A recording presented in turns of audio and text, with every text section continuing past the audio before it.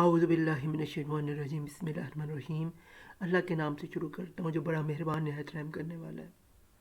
हमारे सब्जेक्ट का नाम इंट्रोडक्शन टू स्टैटिस्टिक्स है और आज हम इसके यूनिट नंबर 6 को पढ़ने जा रहे हैं जिसका नाम है मेजर ऑफ डिस्पर्शन। और मैं आपके साथ मोहम्मद सफ़ीउल्लाह ख़ान मुखातिब हूँ और हमारे इस कोर्स का कोर्स कोड नंबर 4485 है और हमारी यूनिवर्सिटी का नाम अल्लामा इकबाल ओपन यूनिवर्सिटी। तो आइए स्टूडेंट शुरू करते हैं।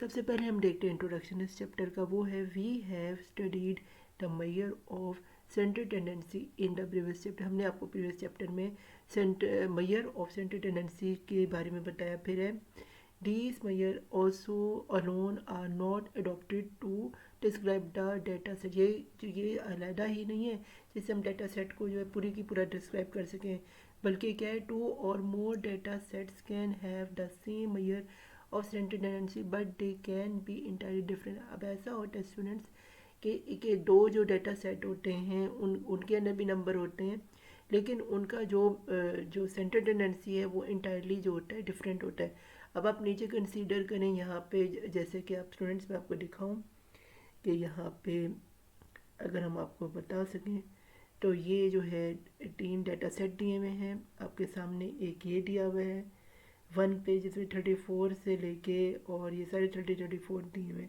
फिर एक दूसरा डाटा सेट है जहाँ 32 दिया हुआ है, फिर 33 दिया हुआ है, फिर 34 दिया हुआ है, फिर 35 दिया, फिर 36 है। एक अगला डाटा सेट आता है जो कि 21 है, 24 है, 26 है, 28 है, 31 है, 34, 37, 39, 42, 45, 47, यानी कि सारे डाटा सेट में जो है डिफरेंट है। अब स्टूडेंट्स इसमें दो किस्म के हमारे पास जो होते हैं किस्में होती हैं ये, तो वो जो है उसमें एक हमारे पास होता है एब्सोल्यूटरी मेजर्स और एक है रिलेटिव मेजर।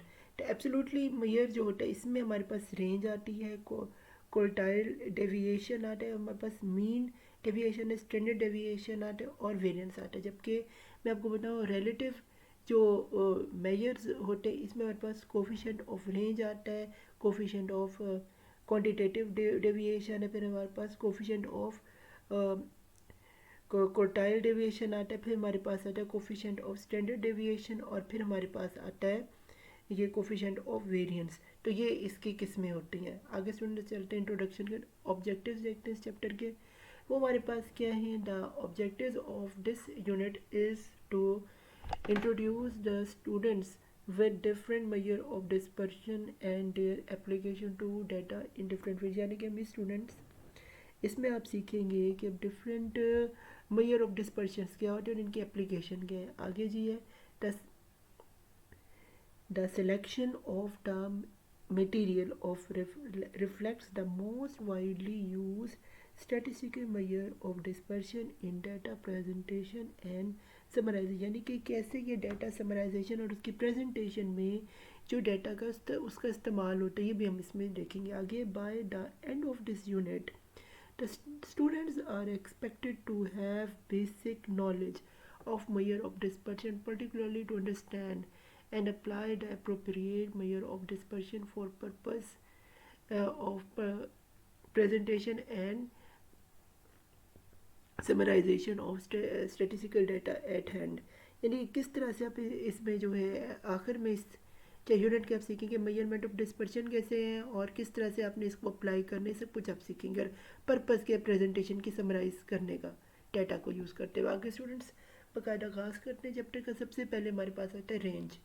अब स्टूडेंट्स रेंज क्या होती है, ये है the difference between mean value and maximum minimum value and maximum value is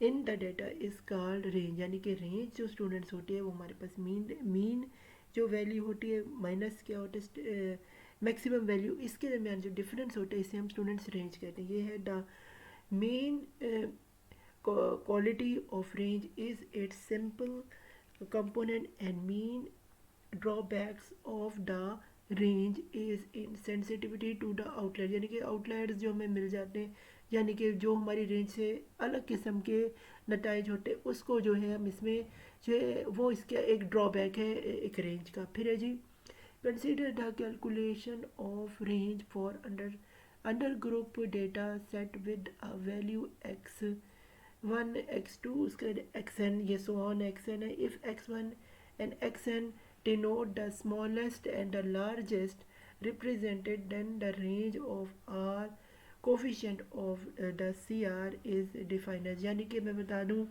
कि जो x1 है ये लोअर रेंज है, जो xn है ये जो है लार्जेस्ट रेंज है. अब इसकी जो रेंज का फॉर्मूला है वो है कि जो हायर रेंज होती है यानी कि जो लार्जेस्ट रेंज है हमारे पास ये एक्सन है, तो ये एक्सन यहाँ आ गया, माइनस हमारे पास लोअर रेंज है जो स्मॉलेस्ट लोअर रेंज थी यहाँ पे पुट कर दी, तो हमारे पास आ गई range.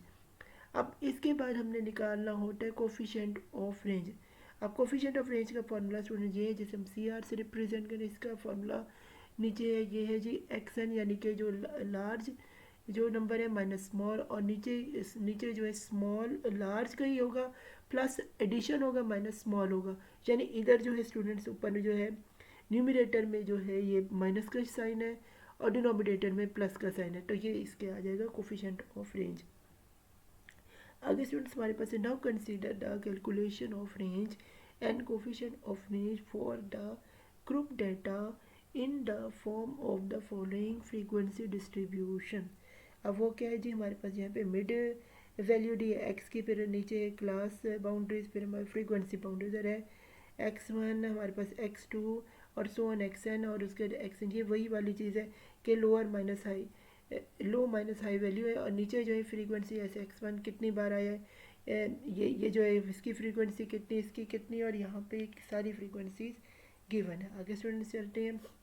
The range and the coefficient of range can be calculated by using the following formula. इसको कैलकुलेट करने का फॉर्मूला ये है x यानी कि लार्ज माइनस स्मॉल, और यानी कि u का मतलब ये कि अपर, इसका मतलब स्टूडेंट्स अपर होता है, इसका मतलब होता है लोअर लिमिट, अपर माइनस लोअर लिमिट को माइनस करते हैं हमारे पास रेंज आती है. आगे हमारे पास हमारे भी कोफिशिएंट ऑफ जो रेंज, इसके लिए हमें वही वाले जो हमने पीछे थे कि अपर माइनस लोअर, और इधर जो है ये माइनस का साइन आ जाएगा, इधर जो है प्लस का आ जाएगा, फिर इधर ही जो अपर में है इधर प्लस माइनस, वैसे इधर माइनस का आ जाएगा इधर प्लस का, तो सेम वही का वही फॉर्मूला है जो हमने आपको प्रीवियसली बताया. तो समझने के आगे हम ये कह सकते हैं वेयर के एक्स एल एल को ही ये जैसे मैंने एक्स एल है इसे हम lower class limit boundary of the lowest class कहेंगे, और इसे अपर क्लास को हम upper class limit boundary of the higher class कहेंगे. आगे मेरे पास है जी एग्जाम्पल नंबर 1, ये है the height in the centimetre of second semester student of BS statistics are measure nearly to the whole number, जिसको हम 56, 71, 62, 65, 59, 67, 64, 68 ये कुछ वैल्यूज़ हैं, ये स्टूडेंट ने स्कोर किए हैं.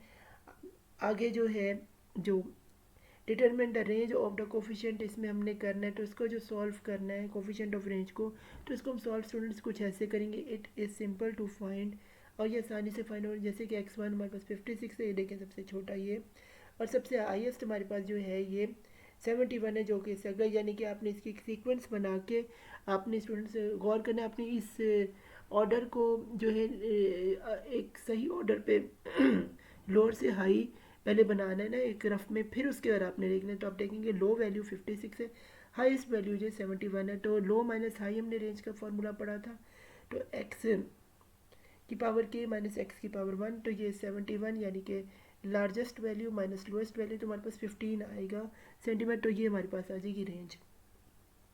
आगे हम देखते हैं जी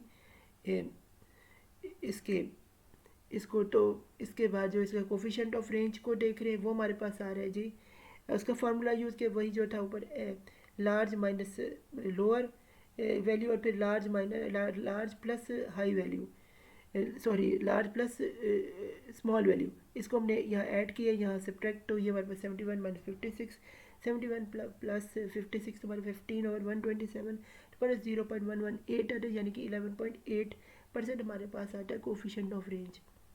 आगे हम स्टूडेंट्स चलते हैं, ये हम देखते हैं जी क्वार्टाइल डेविएशन को समझते हैं क्या है जी. क्वार्टाइल डेविएशन जी हमारे पास है, the quartile deviation is defined as half the difference between the first and the third quartile, यानी आप आधा हिस्सा पहला और तीसरे क्वार्टाइल के मैंने इसके बाद consider the calculation of quartile deviation and coefficient of quartile deviation from the ungroup data set with the value x1 x2 x की पावर n ये वैल्यूज हैं। फिर if x1 and x2 are the correlation between x1 and x3 quantile deviation, then the quantile deviation and the coefficient of the quantile deviation CR is defined as जैसे, यानी कि quantile deviation को हम देखेंगे Q3 जो कि large है, जो कि अपने यहाँ पे Q3 देखें, इसके माइनस जो है हमने डिफरेंस होना चाहिए स्मॉल का, यानी कि ये फर्स्ट वाला, तो माइनस ये आ गया Q1 और डिवाइड बाय हाफ, जैसे कि हमने यहाँ पे फॉर्मूला में हाफ का फार्मूला पड़ा, तो ये वो हाफ डिवाइड बाय 2 आ गया। फिर जी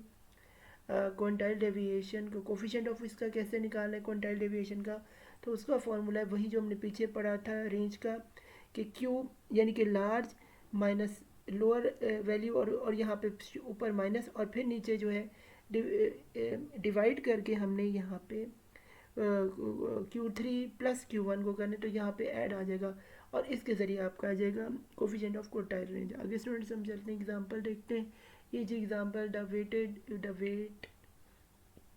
the waiting time in minutes of 50 students standard in a sequence from the ABL window to be served for admission for semester spring 2018 on the large data were recognized as given below, यानी कि ये हमें दिए हुए 50 students की range जो कि जो है विंडो में जो है सेमेस्टर 2018 की जो एडमिशन के लिए आए हुए हैं, तो इसमें जो है हमने कंप्यूट करना है क्वांटाइल डेविएशन को और कोफिशिएंट ऑफ क्वांटिटेटिव डेविएशन को। तो उसका स्टूडेंट्स क्या तरीके पहले हम करेंगे, पहले हम इसको अरेंज करेंगे सॉल्व करने के लिए। तो फिर है to calculate first we arrange the data, जैसे कि यहाँ लिखा है, तो ये आपने सबसे लो से हम चले हैं और सबसे एंड में आप देख रहे हैं हाई को देखेंगे, तो यहाँ पे आप देखेंगे कि 8.83 है और सबसे पहले 0.02 है, तो इसमें लो और हाई ही वैल्यू यहाँ पे चाहिए, इसको हम यूज़ करते हैं आगे। तो ये आएगा the first step is to calculate the lower and upper quantile as, फिर लोअर क्वांटाइल जो है हमारे पास इसका फॉर्मूला है n+1 divide by 4 value in the array और 12.75 वैल्यू इन द अरे जो कि हमारे पास 0.57 है प्लस 0.5775, तो और हमने इसको 0.58 माइनस 0.57 किया, तो हमारे पास आता है 0.575 मिनट्स। फिर है जी अपर को देखें इस फॉर्मूले को यूज़ करते हुए, तो Q3 का होता है 3n+1 divide by 4 value in the रे, वो 38.2 फिफ्थ वैल्यू होती है आपकी जो पीछे हमने ये वो 2.6 बनाते प्लस 0.25 तो 2.98 माइनस 2.96, तो हमारे पास आता है 2.7025 मिनट्स। आगे हम बढ़ते हैं। Now the quantile deviation and coefficient of quantitative deviation, तो हमने अपना क्वांटाइल डेविएशन के Q3 निकालिए, Q1 जैसे आपने देखे ऊपर फॉर्मूले से, उसके बाद डिवाइड बाई 2, तो हमारे पास यहाँ पे 2.025 आ गया माइनस 0.5 आ गया, 775 डिवाइड बाई 2 किया तो हमारे पास 1.0625 जो है ये इसकी में इसके हमारे पास आता है quantile range, quantile deviation sorry आता है। फिर जी हमारे पास है, अब हम इसका कोफिशिएंट ऑफ क्वांटाइल डेविएशन निकालने जा रहे हैं, क्वांटाइल डेविएशन के, और उसका फॉर्मूला Q3 माइनस Q1, ऊपर माइनस नीचे जो है प्लस, जैसे कि आपको बता दिए। फिर यही वैल्यूज़ अपनी यहाँ माइनस में कर देनी, यही वैल्यूज़ यहाँ प्लस में कर देनी है, तो हमारे पास जो है डिवाइड करके हमारे पास 0.647 आना है, परसेंटेज में करेंगे तो हमारे पास 64.79 आ जाता है, जैसे कि आपके सामने। आगे स्टूडेंट्स चलते हैं जी, अब हम पढ़ते हैं जी मीन डेविएशन। तो जो मीन डेविएशन है इसमें क्या है जी, the mean deviation also called mean absolute deviation is defined as the mean of absolute deviation of the observation from some suitable average। इसे suitable average से हम निकालते हैं। usually the mean deviation from mean to mean deviation from median is useful, यानी कि mean से mean का जो होता है उसमें जो मीडियन आता है उसको उसकी वैल्यू को जो होती है वो यूजफुल होती है। आगे the mean deviation from the median is preferred in the sense that the sum of the absolute deviation from the median is measured। Consider the calculation of the mean deviation, इससे मिलता है फिर and coefficient of the mean deviation जिसे हम CMD से भी represent करते हैं, from under group ungrouped data set with the value x1, यानी अनग्रुप डेटा जिसमें ग्रुपिंग सही से नहीं हुई, उसे हम इस तरह से रिप्रेजेंट, यानी x1 x2 से xn तक. फिर the formula for the mean deviation from the mean and correlation coefficient जो है आर ये. तो हमारे पास मीन का फार्मूला आता है, सम आएगा, इधर हमने इस बताना स्टूडेंट्स मॉड लगाना है. अगर इसका नेगेटिव आता है आंसर तो भी वो पॉजिटिव हो जाता है माइनस करके, और यहाँ पे टोटल आता है एन, कितनी आपके पास वैल्यूज़ थी उस मीन की. फिर कोफिशिएंट ऑफ मीन डेविएशन, उसका फॉर्मूला है मीन डिवाइड बाई मीडियन. तो यहाँ पे जो है ये mean deviation divide by median आता है, तो ये हमारे पास मीन डेविएशन का फॉर्मूला और डिवाइड बाई मीन आता है, तो हमारे पास निकल आता है कोफिशिएंट ऑफ मीन डेविएशन. फिर है जी सिमिलरली फार्मूला हमारे पास मीन डेविएशन का जो है मीडियन का, वो भी कोरेस्पॉन्डिंग ऐसा ही है. अगर हम मीन डेविएशन को देखें तो वही फार्मूला जो ऊपर है और आपके सामने ये आ गया, लेकिन सिर्फ फ़र्क ये है कि यहाँ पे जो है, यहाँ पे ऊपर जो है एक बार लगा हुआ है, जबकि यहाँ पे एक शट की तरह एक एरो लगा हुआ है जो कि मीडियन का है. तो ये आपने स्टूडेंट याद रखना है. इसके बाद जो है फॉर्मूले का तरीका वही. फिर CMD जो है यानी कि कोफिशिएंट ऑफ मीडियन, ये भी मीन की तरह ही है. मीडियन जैसे ऊपर हमने फार्मूला ये मीडियन मीन का देखा था, ऐसे मीडियन का है, तो फिर ये ऐसे ही आपने कर लेना है. आगे स्टूडेंट्स हम चलते हैं. The formula of for the mean deviation from the mean and corresponding coefficient are ये MD मीन, ये हमने सम निकाल दिया और फ्रीक्वेंसी x1 माइनस x2 कर दिया divide by sum of the frequency. चिट्टी फ्रीक्वेंसी है कि ये इसका फार्मूला होगा मीन का. फिर है जी क्यूमुलेटिव मीन डेविएशन, ये आपके सामने फार्मूला आ गया, वही जो हमने पीछे पढ़ा. फिर यही सिमिलरली जो फार्मूला हमने मीडियन का पीछे आपको बताया, वही बस यहाँ पे फ़र्क होना है, वही कि यहाँ पे बार आना है और यहाँ पे ये एक इसके ऊपर शट की तरह आना है. तो ये थोड़ा सा फ़र्क है, और ये डिवाइड बाई फ्रीक्वेंसी आ जाएगी, और फिर वही वाला फार्मूला जो नीचे आपको बताया. आगे स्टूडेंट्स चलते हैं. हमारे पास स्टैंडर्ड डेविएशन, ये क्या होता है? Standard deviation is the most common use measure of dispersion. It is a measure of spread of data, यानी कि स्प्रेड ऑफ डेटा इसमें होता है अबाउट द मीन के इर्द. It defined as the square root sum of the square deviation of the observation from their mean divided by the number of observations. फिर in other words the standard deviation of the observation x1 x2 and xn is defined as क्या है standard deviation सम, ये हमने under root लेना है, इसका formula students है. फिर सम ऑफ एक्स, ये जो फार्मूला मीन का था वही लगा देना है, और ब्रैकेट लेके जो है स्केयर कर देना है, दोनों के डिवाइड बाय एन कर देना है. ये फिर खोला है तो ये यहाँ पे हमारे पास सेम आ गया. फिर है the corresponding coefficient of standard deviation also called coefficient of variance CV is defined as CV standard deviation S के डिवाइडेड बाय मीन, जैसे आप ये देख रहे हैं मल्टीप्लाई बाय 100.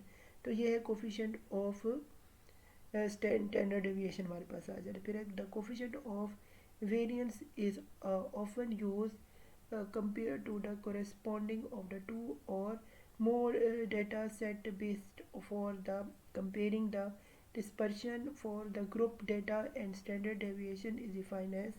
हमारे पास स्टैंडर्ड डेविएशन का फॉर्मूला ये जैसे कि आप देख रहे हैं S डिवाइड बाई ये, जैसे आपको ऊपर दिए यहाँ पे, लेकिन मल्टीप्लाई से फ्रीक्वेंसीज हो जाएंगी.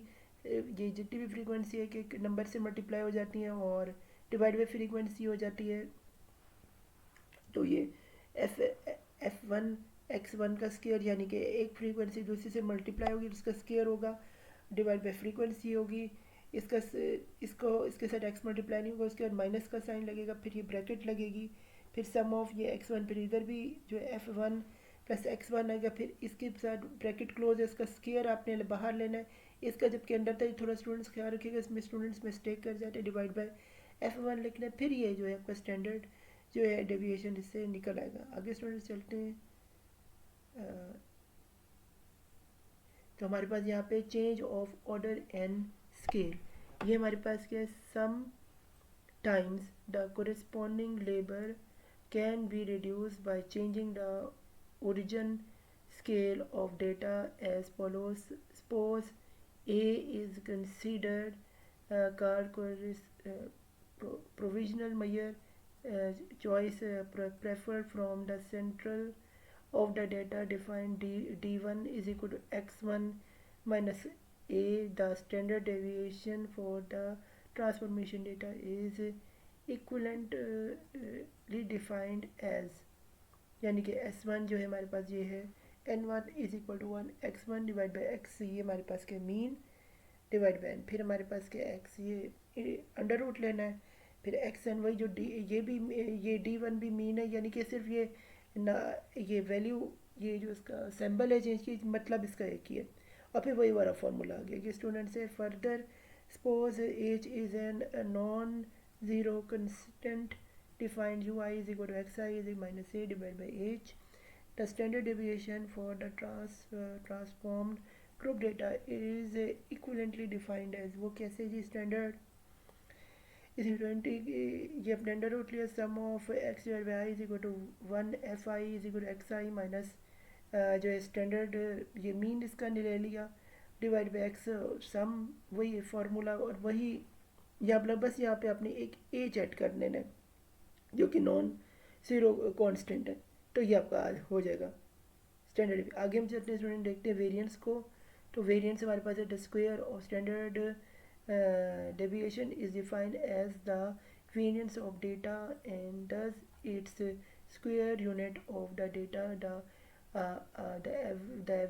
Above formula for the standard deviation जो कि हमने आपको पीछे स्टूडेंट्स बताया था, after squaring can be used to calculate the variance directly, यानी कि वही जो है उसका अगर हम स्केयर ले लें, यानी स्टूडेंट्स अगर हम इसका मैं आपको दिखाऊँ अगर आप इसी फार्मूले का स्केयर ले लें तो ये आपकी वेरिएंस बन जाती है। तो फिर उसके फार्मूले के लिए क्या है, हम एक एग्जांपल यहाँ सॉल्व करिए। For the ungrouped data in example 1 compare the standard deviation using the formula, वही वाला फार्मूला जो यूज़ किया है। उसके बाद ये आपके सामने जो है ये जब ये आप सॉल्व करेंगे तो यहाँ पे x की वैल्यू जो दी हुई है ये सारी की सारी पुट कर देनी है इस एक टेबल में। फिर आपने x माइनस x1 सॉरी ये x है माइनस आपने जो मीन निकालेंगे आप इस सबको सॉल्व करके, यानी कि जो वैल्यू आपके साथ पास आई है, पीछे में अगर आपको बताऊँ तो जो अगर इसकी वैल्यू हम डिवाइड बाय जब इसे मीन निकालेंगे तो मीन से जब हम डिवाइड करते जाएंगे तो हमारे पास जो है ये एक वैल्यू आनी आएगी जिसका जो सम आना चाहिए वो ज़ीरो आना चाहिए। अगर ये ज़ीरो आता है इसका मतलब ये है कि हम सही रुख पे, अगर हमारा ये आंसर ज़ीरो नहीं आता तो इसका मतलब हम गलत है। अब इसका जो है हमने स्केयर करना है अगले अगले टेबल में, अगले कॉलम में। इसी को स्टूडेंट्स आपने ऐसे बना लेना अगले कॉलम में, और जब ये कॉलम बनाएंगे तो इन सब का स्केयर करना है। अब इनको ऐड करना है, अब इनको ऐड करेंगे तो ये ज़ीरो नहीं आएगा, क्योंकि यहाँ पे अब देखिए नेगेटिव था और यहाँ पे पॉजिटिव था, तो ये नेगेटिव पॉजिटिव एक दूसरे को ज़ीरो ही कर देगा या तकरीबन ज़ीरो के आगे पीछे करीब कर देते हैं। पॉइंट्स में कभी कभी गलती हो जाती है, लेकिन अगर ज़ीरो आ रहा है तो अब समझे आपका सही है। तो ये इसका एक टिप भी था, मैंने कहा आपको बता दूँ। आगे चलते हैं, स्केयर इन सब का किया तो हमारे पास 202 आया। फिर हमारे पास खाली एक्स का जो ये सारे एक्स की जो वैल्यूज़ इधर स्टूडेंट दी हुई है इन सब का आपने इधर स्केयर करना है, और ये आपने की सारी यहाँ वैल्यूज़ आ गई, और फिर इनका सम करना है। फिर आपने जो है एक्स को माइनस करना है इस सब से 64 से जो कि इसका मीन है, तो ये आपके पास जो है यहाँ पे इसका आएगा 5, और यहाँ पे जब आप उसका स्केयर करेंगे तो वो आएगा 205 जो कि आपने इन्हें ऐड किया है, जो इन सभी के स्केयर्स की हैं। आगे स्टूडेंट्स चलते हैं, हमारे पास है to compare the standard deviation by definition formula we have measure the data which compute first as, जो ये क्या है जी मीन निकालने के लिए क्या है हमने फार्मूले को यूज़ किया तो 645 डिवाइड बाय 10 किया, जैसे कि वो 10 वैल्यू से हमारे पास 64.5 है। फिर now the standard deviation can be compose as computed as, तो ये स्टैंडर्ड डेविएशन का फार्मूला है जो हमने आपको पहले बताया था, वही का वही फार्मूला आप यहाँ यूज़ करें तो इसमें वही वैल्यू आपने पुट करनी है जो पीछे 202.5 डिवाइड बाई 10 आ रही है। जैसे कि ये आपके पास 202.5 10 आई है, इसी फार्मूले के अंदर तहत आप पुट करेंगे तो हमारे पास 4.5 सेंटीमीटर स्टैंडर्ड डेविएशन आएगा। फिर next we use the compute formula for the standard deviation, फिर हम ये स्टैंडर्ड डेविएशन का फार्मूला लगाएंगे। अब हम इसमें ये वाला फार्मूला लगाएंगे जो हमने पीछे जो वैल्यूज़ निकाली थी, यही वाली जो है यहाँ पे पुट कर देंगे। तो यही वाली पुट की तो हमारे पास आएगा 4.5। फिर जी सॉरी, फिर हमारे पास जो है ये हमारे, फिर हम now we can use a shortcut of formula. अब जो शॉर्टकट फार्मूले का है वो ये है एग्जैक्टली। आप जब ये यूज़ करेंगे तो हमारे पास डायरेक्ट आएगा 4.5, यानी कि ये जो एक पूरा फार्मूला है ये आपका वेस्टेज ऑफ टाइम है। इससे करने का बेटर है कि आप ये वाला फार्मूला स्टूडेंट्स यूज़ करें स्टैंडर्ड डेविएशन का, और इसके ज़रिए आपका जल्दी से जो है सॉल्व हो सकता है और ये आपका एक्सपेक्टेड रिजल्ट आ सकता है। आगे चलते हैं हम। ये कोफिशिएंट ऑफ वेरिएंट, जैसे हम सी वी के जब स्टूडेंट्स पढ़ते हैं ये क्या है, the coefficient of variant C V is the ratio of standard deviation to the mean. The higher the coefficient of variance, the greater the level of dispersion around mean. It is generally expected the percentage without the unit. It also is composed between the distribution of the values whose scale measure are not be compared.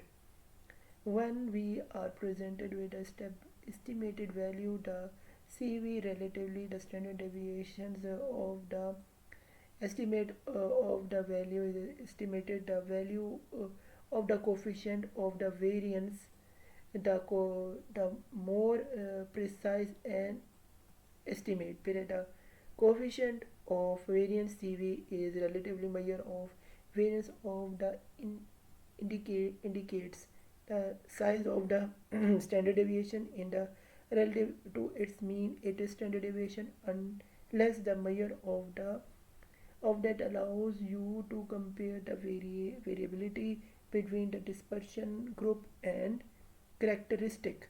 It is also known as relatively standard deviation को हम relative standard deviation भी कहते हैं, RSD भी कहते हैं। Coefficient of variance यानी CV को। आगे चलते हैं जी।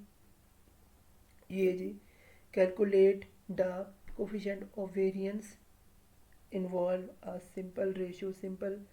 Simply take standard deviation and divide in by mean, यानी कि जो है CV जब हम इसका देखते हैं तो इसका फार्मूला होता है जी, जो फ्रैक्शन में हम देंगे तो जो ऊपर आएगा वो हमारे पास स्टैंडर्ड डेविएशन आएगा और नीचे न्यूमिनेटर में स्टैंडर्ड डेविएशन आएगा, डिनोमिनेटर में मीन आएगा। इसके बाद for example a pizza restaurant measures its delivery time in minute. The mean deviation time is 20 minutes and standard deviation is the 5 minutes. फिर है CV, ये है जी standard deviation divide by mean, फिर है 5 divide by 20 is equal to 0.25। फिर है for example the coefficient of variance is 0.25. The value tells us the relative size of the standard deviation compared to the mean. Analyze the coefficient response to the coefficient of variance as a percentage. In example, the standard deviation is 25% of the standard size. It is the value is equal to 100 यानी 100% होगा। The standard deviation is equal to mean, standard deviation जो mean के equal होता है। Values is less than the 1 indicates that the standard deviation is smaller than the mean typically, while the value of the greater than 1 occurs when the standard deviation greater than mean, यानी greater than mean होना चाहिए।